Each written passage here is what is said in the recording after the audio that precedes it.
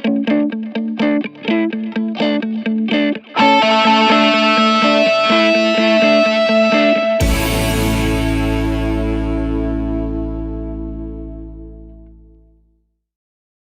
में से कितने लोग हैं जिनकी इंग्लिश बहुत अच्छी है, जो पूरे कॉन्फिडेंस से इंग्लिश बोल सकते हैं? सोच लेना, मैं यहाँ पे बिठा करके बुलवाऊंगा, सोच लेना। कुछ का ऐसे ऐसे नहीं, ये थोड़ा ज्यादा हो रहा है, इतनी अच्छी भी नहीं है। कितने लोग हैं जिनको इंग्लिश समझ तो आ जाती है लेकिन बोल नहीं पाते हैं कॉन्फिडेंस, अपने आप को एक्सप्रेस नहीं कर पाते? सर फंबल बहुत करता है, फंबल बहुत फंबल होता है और अंदर से बोलने से पहले ही हमको डर लगने लग जाता है कि अगर मैं आपको यहाँ पर बुलाऊं आपको समझ आ जाएगा अगर कोई इंग्लिश में बात करेगा, लेकिन अगर मैं आपको कहूंगा बोलने के लिए तो आप कॉन्शियस हो जाओगे। जितना हम फ्लुएंटली हिंदी बोलते हैं उसी कॉन्फिडेंस से हम इंग्लिश में बोलते हैं। उस कॉन्फिडेंस से हम नहीं बोल पाते, तो उस कॉन्फिडेंस से कैसे बोलें? That is the challenge. Problem पकड़ में आ रही है ना? मतलब ये सेशन उन लोगों के लिए नहीं है जिनको इंग्लिश समझ ही नहीं आती है, उनको तो पहले स्कूल जाना है, एबीसीडी पढ़नी है, ठीक है ना, बेसिक इंग्लिश सीखनी है। मैं बात कर रहा हूं उन लोगों की जिनको इंग्लिश समझ तो आती है लेकिन बोल नहीं सकते। अगर मैं उनसे पूछूं क्या समझ आया बताओ, इंग्लिश में बताओ, तो वो अटक जाएंगे वहां पर जाकर के। इसके पीछे रीजन क्या है, इस प्रॉब्लम की जड़ क्या है? एक तो है सुपरफिशियल लेवल के कुछ सॉल्यूशंस होते हैं, वो मैं आपको आकर के बताऊं कि देखो अपनी ग्रामर को ऐसे ठीक कर लो, ये कुछ वर्ड्स हैं अगर आप अपनी वोकैबुलरी में ऐड कर लोगे तो आपकी इंग्लिश अच्छी हो जाएगी, इंप्रेशन अच्छा हो जाएगा, व्हाटएवर। बट ये नहीं है प्रॉब्लम की जड़। प्रॉब्लम की जड़ कुछ और ही है। पहले हमको समझना पड़ेगा हम करते क्या है। हम कोई कहीं पर कुछ गलती कर रहे हैं और वो गलती कोई डीपली समझता नहीं है कि वो गलती क्या है। अगर वो हमको पकड़ में आ जाए तो हम इस प्रॉब्लम का सोल्यूशन निकाल सकते हैं। वो गलती ये है, आप मुझे बताना मैं सही कह रहा हूं या गलत कह रहा हूं। वो गलती ये है कि जब आप हिंदी में बोल रहे होते हो तो हिंदी में ही सोच रहे होते हो, उसको ध्यान से सुनना, और हिंदी में ही बोल रहे होते हो। लेकिन जब इंग्लिश में बोलते हो तो पहले हिंदी में सोचते हो, फिर इंग्लिश में कन्वर्ट करते हो, फिर बोलते हो। यस और नो? ये प्रॉब्लम की जड़ है। अगर किसी तरह से हम इसका सॉल्यूशन निकाल लें फिर इंग्लिश आपकी फ्लुएंट हो जाएगी, फिर आपको इंग्लिश बोलने में कॉन्फिडेंस आ जाएगा। यानी कि आप इंग्लिश में ही सोचो और बोल दो, वो जो बीच का गैप है वो हट जाए, ज्यादा सोचना ना पड़े। तो अब ऐसा क्यों होता है कि हम हिंदी में सोचते हैं और इंग्लिश में बोलते हैं? हम कन्वर्ट करके क्यों बोल रहे हैं? हम डायरेक्ट क्यों नहीं बोल पा रहे? जबकि वर्ड्स हमको पता है कि इसको ट्री बोलते हैं, इसको बॉटल बोलते हैं, इसको संदीप बोलते हैं, व्हाटएवर इट इज, ठीक है, आपको पता है, लेकिन उसको हमको कन्वर्ट क्यों करना पड़ रहा है? क्या जड़ है? आराम से सोचना, जल्दी में एकदम से बोलना मत, आराम से सोच करके बोलना। बताइए सर। एनवायरमेंट हमारा ऐसा है, हमारी अपब्रिंगिंग ऐसी है कि बचपन से जो हमारी हैबिट है, habit is the right word, कि हमारी हैबिट पड़ी हुई है हिंदी में सोचने की और हिंदी में बोलने की। तो ये सारा आदतों का खेल है। अगर डीपली हम समझ पाए कि हिंदी हमने कैसे सीखी और उन फंडों को अगर हम यहां पर अप्लाई कर पाए तो काम हो जाएगा, मतलब बड़ी आसानी से हो जाएगा। एक है लंबा प्रोसेस कि आप किसी इंस्टीट्यूट में जाओ, वहाँ पर जा करके स्टेप बाय स्टेप सीखो, एक एक करके आपको बताएंगे वर्ब क्या होती है, एडजेक्टिव क्या होता है, नाउन क्या होता है, ये क्या, उसी में आदमी पागल हो जाएगा। एक तो पहले ही वर्ड्स को कन्वर्ट करना पड़ रहा है, साथ में ये भी देखना पड़ रहा है ये नाउन है, एडजेक्टिव है, वर्ब है, मैं सही बोल रहा हूँ गलत बोल रहा हूँ, हो गया ना? और ज्यादा कॉम्प्लिकेटेड हो जाएगा। तो सीख भी सकते होगे तो नहीं सीख पाओगे, अगर सीख भी जाओगे अंदर ही अंदर तो बोल नहीं पाओगे, क्योंकि अंदर और खचड़ पचड़ हो गई। मतलब बेसिकली जैसे पानी है ना, वो बहता है कि मतलब कोई रुकावट ना आए, ऐसे वो बहनी चाहिए, उसको फ्लुएंसी बोलते हैं। तो मैं आप लोगों से पूछता हूं कि हिंदी हमने कैसे सीखी? अगर हमको ये समझ आएगा तो हम इंग्लिश को भी सीख सकते हैं और बड़ी जल्दी सीख सकते हैं। क्या आपने पढ़ करके सीखी? मतलब जो स्कूल में हिंदी सिखाई तब आपको हिंदी समझ में आई, या उससे पहले ही आप हिंदी सीख चुके थे? हाँ, जब हिंदी में वो चैप्टर शुरू हुए थे स्कूल में, उससे पहले ही आप कई गालियां सीख चुके थे, बहुत कुछ सीख चुके थे, है ना? हाँ, आप आराम से बात कर पाते थे, अपने आप को एक्सप्रेस कर पाते थे, किसी से कुछ मांगना है मांग लेते थे, व्हाटएवर। तो कैसे सीखी हमने हिंदी? इंटरैक्शन करके। लेकिन इंटरैक्शन, हमें तो हिंदी आती ही नहीं, हम इंटरैक्ट कैसे करें? इंटरैक्शन तो तब होता है जब दोनों लोग दोनों तरफ से इंटरैक्ट करें। तो पहले स्टेप में क्या हुआ था? ऑब्जर्वेशन। एब्सोल्युटली। मतलब हम लोगों को ऑब्जर्व करते रहते थे और कॉपी करते थे, इमिटेट। जैसे नकलची बंदर, आपने एक वर्ड सुना होगा, कभी किसी बंदर के सामने जाओगे, ऐसे ऐसे खुजाओगे, उल्टी सीधी हरकतें करोगे, व्हाटएवर, तो बंदर भी वही करने लग जाएगा। तो उस बंदर में और इंसान में ज्यादा फर्क नहीं है, आपको पता है, आप भी पहले बंदर ही थे, राइट? और कुछ लोग तभी बंदर हैं। तो हमने कैसे सीखा? जो भी हरकतें बड़ों को करते हुए देखा उसको कॉपी किया। वो बोल रहे हैं तो हमने भी वो बोलने की कोशिश करी, चाहे टूटा फूटा बोला, जैसा मर्जी बोला, लेकिन बोला। उन्होंने कोई अजीब सी हरकतें कर रहे हैं, गुस्सा कर रहे हैं, तो हम भी गुस्सा करना सीख गए, है कि नहीं? हमें पता है कि माँ बाप की आपस में लड़ाई हो रही है, बच्चों की ऑब्जर्वेशन बहुत तगड़ी होती है क्योंकि उनके पास करने के लिए और कुछ होता नहीं है। बैठे बैठे बस देखते रहते हैं, तो बच्चे ऑब्जर्व करते रहते हैं माँ बाप आपस में कैसे लड़ रहे हैं, कैसे माँ लड़ करके अपनी बात मनवा रही है बाप से, तो बच्चा वहां से सीख लेता है। बच्चे को समझ आ जाता है, अच्छा मुझे यही कुछ करना पड़ेगा, ऐसे नहीं मानने वाले, है ना? तो बच्चा टेंट्रम करना सीख जाता है और फिर उसको वो चीज़ मिल जाती है तो फिर अगली बार और टेंट्रम करता है, और ऐसे ही हम सीखते हैं। तो कहने का मतलब है हम हिंदी कैसे सीखे? देखते रहे, समझ नहीं आ रहा था क्योंकि जब हिंदी आती ही नहीं तो समझ कैसे आएगी, बट धीरे धीरे हम ऑब्जर्व करते रहे, समझते रहे कि जब ये इस तरह के वर्ड्स मुंह से निकलते हैं किसी के, तो उसके बाद में एक्शन क्या होता है, उसके साथ में क्या जुड़ा हुआ है। टॉय, तो इमीडिएटली हमको समझ आया इसको टॉय बोलते हैं, है ना? तो वहां पर बहुत सारी कंफ्यूजन भी होती है बच्चों के अंदर, क्योंकि वो कई बार गाड़ी को भी टॉय बोल देते हैं। क्यों? क्योंकि अभी क्लियर नहीं हुआ है कि टॉय क्या है। लेकिन फिर क्या हुआ, धीरे धीरे उन्होंने बोलना शुरू किया, गलतियां करी, करते एफर्टलेसली कम्युनिकेशन होने लग गया, इंटरेक्शन होने लग गया। उस इंटरेक्शन से क्या हुआ कि अब वो जो सोच रहे थे वही वो बोल रहे थे, वहां पर कोई कॉन्फ्लिक्ट नहीं था। बच्चों की यही खास बात है, बच्चों के अंदर कोई फिल्टर नहीं है, दिस इज द ब्यूटी, इसीलिए बच्चे बड़ी जल्दी सीखते हैं। तो पहला स्टेप हमको पकड़ में आ गया, ऑब्जर्वेशन। दूसरा है प्रैक्टिस। अब यहां पर एक बहुत बड़ी प्रॉब्लम है, वो आप बताओ मुझे क्या है? प्रैक्टिस करने में, प्रैक्टिस करे कहां और किसके साथ करें? आप समझ गए ना? हमको पता है ये सारी बातें, लेकिन हम एक पॉइंट पे जाकर के अटक जाते हैं, उसके आगे नहीं बढ़ पाते। अब मैं उसके और एक लेवल डीप में जाने वाला हूं। प्रैक्टिस कहां करें, किसके साथ करें, कैसे करें? दोस्तों से करोगे तो वो माँ बहन की गालियां निकालने लग जाएंगे, है कि नहीं? घर में आप किसी से बात करोगे, अपनी मदर से करोगे, तो आपकी इंग्लिश जो बची खुची है वो भी खराब हो जाएगी। बड़े अंग्रेज आए। हाँ, बड़े अंग्रेज आ गए हैं जी। क्या हो गया? हिंदी हमारी मातृभाषा है, इंग्लिश सीखना जरूरी थोड़ी ही ना है। उनको बोलो ठीक है इंग्लिश सीखना जरूरी नहीं है, लेकिन ये जॉब है, वहां पर इंटरव्यू होने वाला है, वो इंग्लिश में होने वाला है। बोलना अपने घर वालों को, अगर कोई बोलता है ना ऐसी कोई तकियानुसी बातें करते हैं कि हमारी हिंदी मातृभाषा है और इंग्लिश सीखना जरूरी नहीं है, तो उनको बोलो ठीक है फिर तो इंटरव्यू भी देना जरूरी नहीं है, नौकरी भी करना जरूरी नहीं है। हाँ, बेचो अपना घर, एफडी कराओ, मजे से रहेंगे। खाना ही तो खाना है, उसके लिए नौकरी क्या करनी है? आपका घर है तो सही, बेच देंगे, एफडी करा देंगे, किराए पे रहेंगे। ठीक है जी, पकड़ में आ रही है बात? प्रैक्टिस कैसे करोगे जी? मैक्सिमम जितना एक डे में बोल सके, नॉर्मल भी कन्वर्सेशन कर। किससे बोलोगे? सब्जी वाले से बोला तो वो गड़बड़ हो जाएगी। टेक दिस तेरी लगाऊं कान के नीचे, तो गाली निकालती है मेरे को। The moment we speak in English to our friends, they say क्यों फॉर्मेलिटी क्यों कर रहे हो भाई? राइट, फॉर्मल क्यों हो रहे हो? फॉर्मेलिटी क्यों कर रहे हो और क्या जरूरत है? मुझे तो इंग्लिश आती है, आती किसी को भी नहीं है, समझ गए ना? समझ आती है, बोलने में कोई भी, सारे पैदल हैं।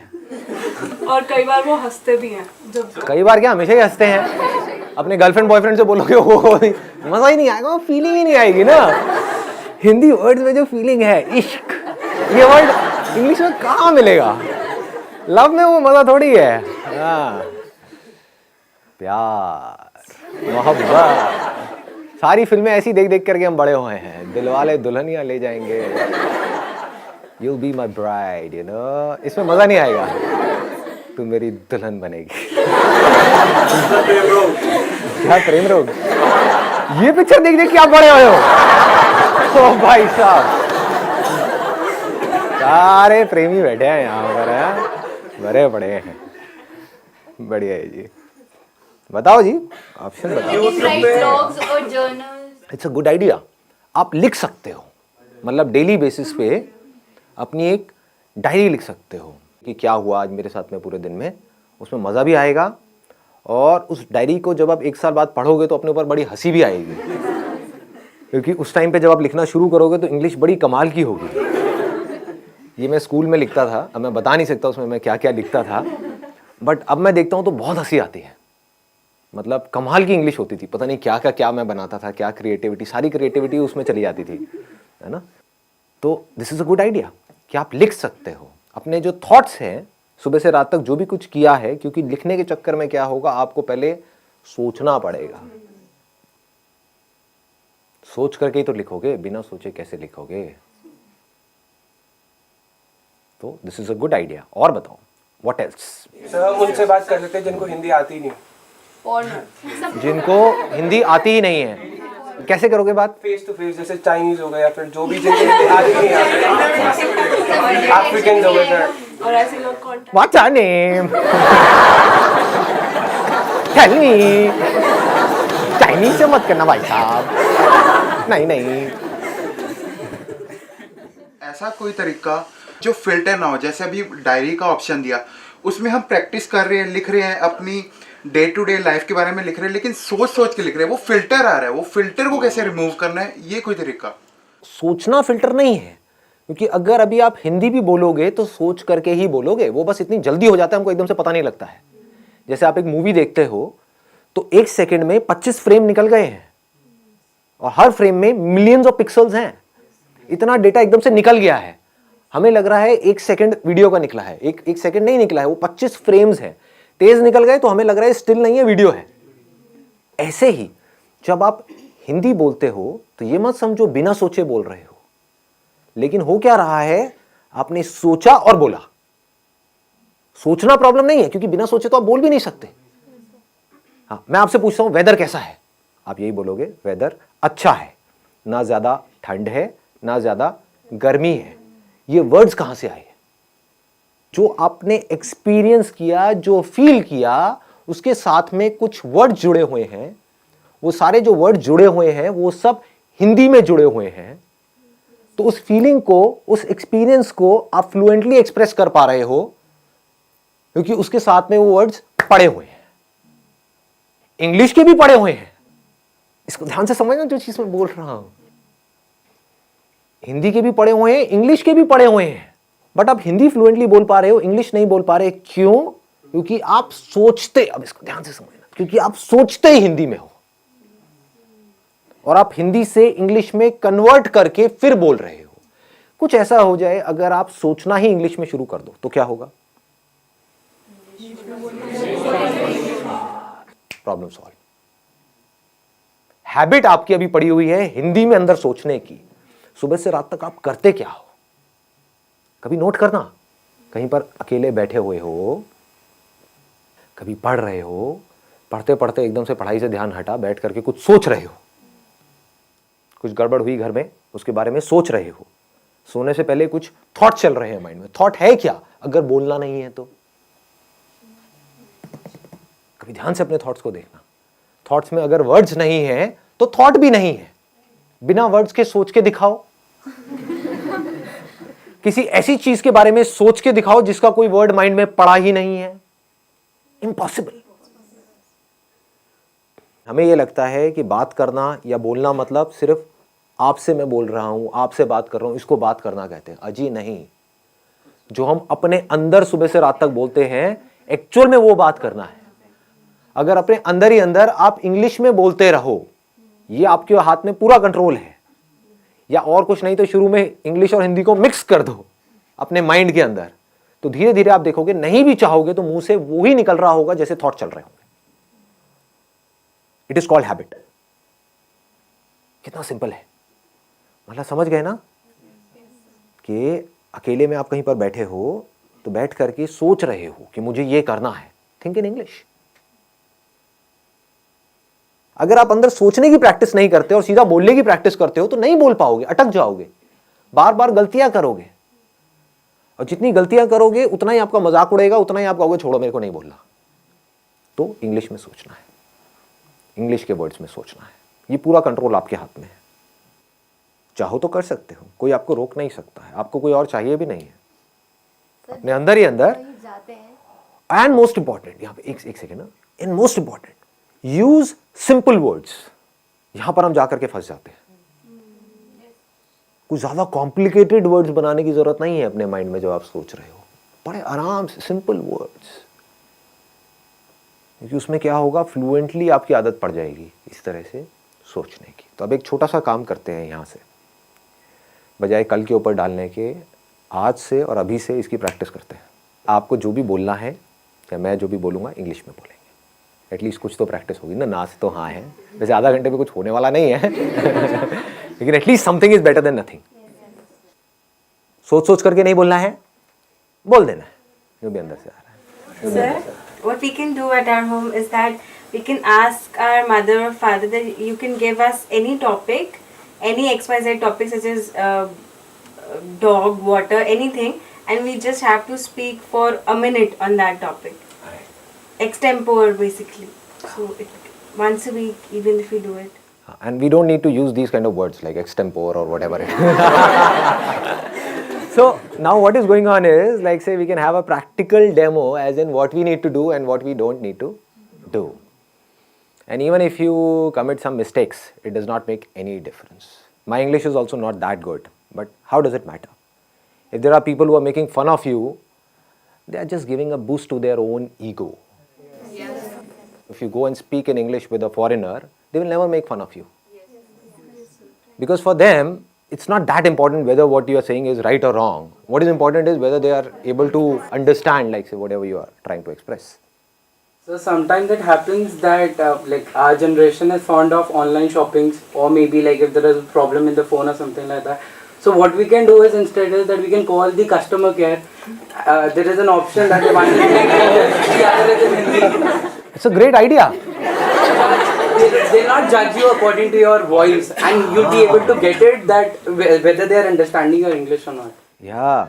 And I know that there are some people who talk to these, who call up at these call centers and talk about all the shit stuff. Just for time pass. So now at least you are learning something. I think it's a great idea. Yeah. You can talk to them. Nobody will judge you. You can create an imaginary problem, right? Related to that product or service, right? Create an imaginary problem in your mind. Oh, I'm going through all this pain and suffering and whatever, and then feel it, and then call up. I'm so depressed because of this product. Ma'am, please do something. Nah. You'll get to know that whether they are like able to understand what you're trying to. They will understand. They have to understand because it's their job. The job of your friends is to make fun of you, point out your mistakes. This is where you are wrong, whatever. So it's all about right and wrong. But their job is not to tell you that your English is right or wrong. Their job is to understand whatever you are saying and then give you a solution. There are some things in life where you can't afford to be mechanical. You need to put some conscious effort in it. You need to think, okay, what is it that I need to do? There is a problem. I need to figure out a solution. So here you need to consciously think about that particular problem and need to come out with a solution. So when you are busy, just try to understand the depth of this. When you are busy with finding the solution to a problem, you're so busy and so occupied that you're not concerned about being right or wrong. When we are busy in something, then we are not thinking too much about it.